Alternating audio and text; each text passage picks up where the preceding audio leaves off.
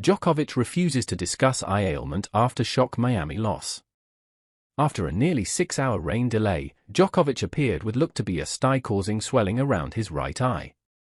He made a slow start to the match, dropping his first service game. During a changeover in the first set he applied some eye drops and appeared to be troubled by the infection. The record 24-time Grand Slam winner, who was denied his 100th career title, said it was all part of a weird day. "It's unfortunate for me. 2 tiebreaks, just very weird match, weird day with rain delay and all the things that were happening. Honestly, I didn't feel my greatest on the court, but it is what it is." Nothing to take away from his victory, he said. Asked directly about the eye problem, the Serb said he was reluctant to discuss the issue because he did not want to appear to be making excuses for his surprise loss. "I really prefer not to talk about there is quite a few things, but I prefer not to, just congratulate him. That's it. I don't want to sound like I'm giving excuses here for my loss," he said. The 37-year-old was due to take the court at 3 p.m. local, but the match did not begin until 8:45. The long day of hanging around for the men's finalists included time for the women's doubles final to be completed. Despite his obvious disappointment, Djokovic said he was pleased to see Mensik continue to progress. "Never really happy to lose, but he's one of the very few players that I would be happier to lose to be honest," he said. "I have seen him play when he was 15 or 16 and invited him. We had some training blocks together. He was training at my club in Belgrade, and to see his development and evolution is really great, amazing," he said. "I could see back then already, 4 years ago, that he's going to be one of the top players of the world. I'm super glad that he's using the potential that he has, because he's got the complete game.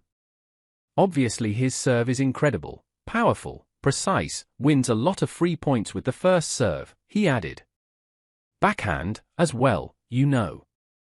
Czech school, they always have a great backhand," smiling. "But forehand, he's improved a lot. And movement for a tall, big guy like that, he slides and moves well. He still can improve, of course. So I'm sure we'll be seeing him around," he added. Djokovic, who enjoyed huge support from the crowd who had waited so long for the final, had been in excellent form, not giving up a set throughout the tournament, and he said despite the loss it had been a positive fortnight in South Florida. "Overall obviously now bitter taste because of the loss, but Miami, as I said on the court, really brought me a lot of joy and really good sensations on and off the court. I was welcomed very nicely by people and supported. Incredible again tonight, great support from the stadium in the match. They were pushing me on and trying to give me strength for a comeback." The 19-year-old, ranked 54th in the world, claimed his first title on the ATP Tour with an outstanding display of powerful tennis. The final was delayed by almost 6 hours due to heavy rain, and when the players emerged it was clear that Djokovic had an eye infection. He used eye drops during a changeover in the first set. Mensik started strongly, breaking Djokovic's first serve game to go 2-0 up, and the tall, big serving Czech was dominating until, at 4-2, Djokovic broke back when Mensik found the net. The set remained on serve from then on, but in the tie-break Mensik's powerful serve, with 2 aces, put him in charge from the outset. He opened up a 5-0 lead, and although 24-time Grand Slam champion Djokovic fought back, the youngster sealed the set with an overhead volley. It was the first set that Djokovic had lost in the entire tournament. Twice he lost his footing and ended up on his back, and he changed his footwear between sets. Mensik had beaten Djokovic by the exact same margin in the first set of their only other meeting in Shanghai before losing in 3 sets. This time, however, the momentum appeared to be with him.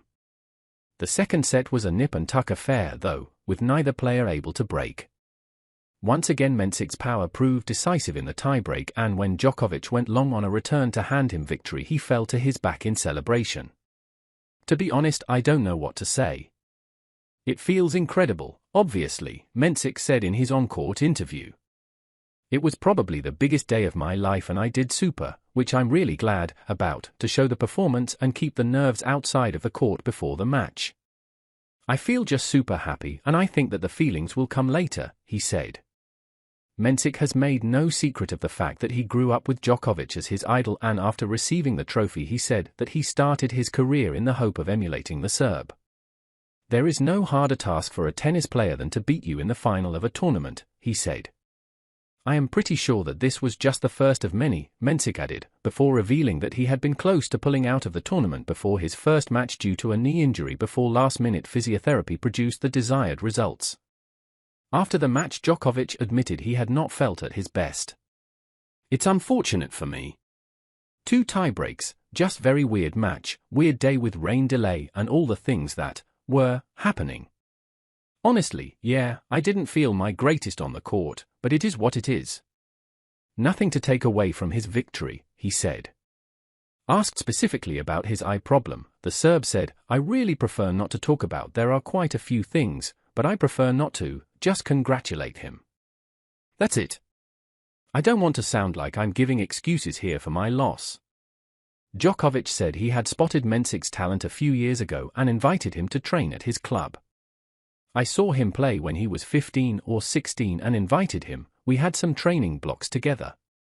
He was training at my club in Belgrade, and, to see his development and evolution is really great, amazing," he said. "Never really happy to lose, but he's one of the very few players that I would be happier to lose to be honest."